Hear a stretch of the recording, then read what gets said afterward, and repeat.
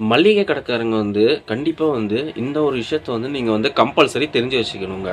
அது என்ன மாரி விஷயம் அப்டின்னா, ஏன்னா வந்து ஸ்டார்ட்டிங்ல வந்து நான் வந்து அப்படிதான் எக்ஸ்பெக்டேஷன் பண்ணேன். என்னுடைய அனுபவத்த தான் நான் வந்து ஒன் பை ஒன்னா நான் வீடியோ போட்டுட்டு இருக்கிறேன். சரிங்களா? மளிகை கடைய பொறுத்தவரையும் ஸ்கேலுன்ற ஒரு விஷயத்துல வந்து நம்ம என்னென்ன போடுறோமோ, அது எல்லாமே ரேட் வந்து அனலைஸ் பண்ணி வச்சுக்கணும்.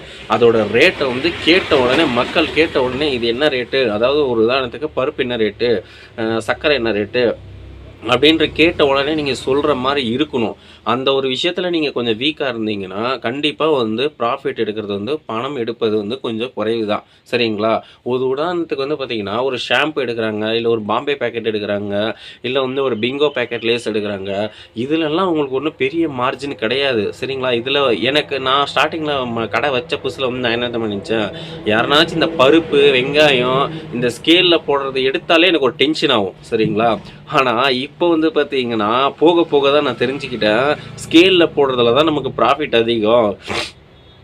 இந்த மாரி பருப்பு, ஷாம்பு, தேங்காய் எண்ணெய் பாட்டிலு, அதுக்கப்புறம் வந்து அதுலலாம் எம்ஆர்பி ரேட் அப்படியே இருக்கும். ஒரு மேகி பாக்கெட் எடுக்கிறோம்னா, அதில எம்ஆர்பி ரேட் இருக்கும்.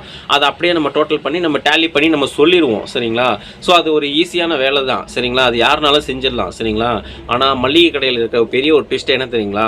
வெங்காயம் 1 கிலோ, தக்காளி 1 கிலோ, பூண்டு 1 கிலோ போடுங்க. அதுக்கப்புறம் பச்சை மிளகா, அதுக்கப்புறம் வந்து பருப்பு, சர்க்கரை, அதுக்கப்புறம் வந்து ரவை, இந்த மாரி ஐட்டம்ஸ் எல்லாம் நீங்க போட்டு, கணக்கு போட்டு குடுத்தா மட்டும் தான், இதில வந்தீங்க சரியான கில்லி அப்படின்றத நம்ம சொல்ல முடியும். சரிங்களா?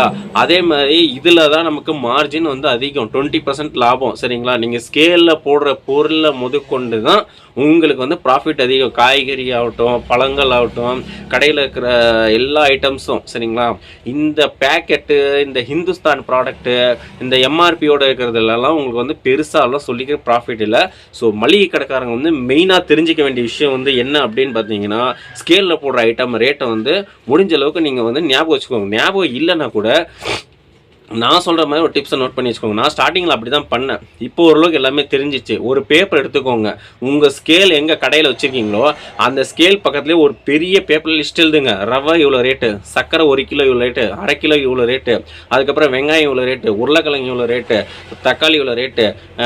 ஒரு நாள் ஒரு ரேட் மாறும்ல. அது அப்பப்போ மாத்தி மாத்தி இது பண்ணி எழுதிக்கோங்க. ஸ்டாண்டர்டா இருக்கிறதெல்லாம் இந்த பருப்பு, அதுக்கப்புறம் வந்து ரவை, அதுக்கப்புறம் வந்து இந்த மாதிரி சில ஐட்டம்ஸ் எல்லாம் அது ஸ்டாண்டர்டா இருக்கும். அதெல்லாம் வந்து ஒரு ரேட் எழுதி வச்சுக்கோங்க. இது எழுதி வச்சு நீங்க ஸ்கேல் கிட்ட எடை போடும்போது அவங்க 1/2 கிலோ 1 கிலோ அப்படி கேட்குறாங்கன்னா, தெரியலனா நீங்க அந்த ஸ்கேலை பார்த்துட்டு அங்கே பார்த்துட்டு நீங்க சொன்னீங்கன்னா ஓகே அப்படின்றது அவங்களுக்கு ஒரு சாட்டிஃபிகேஷன் ஆகிடும். ஸோ இந்த ஐடியாவை ட்ரை பண்ணி பாருங்க. கண்டிப்பாக யூஸ்ஃபுல்லாக இருக்கும்.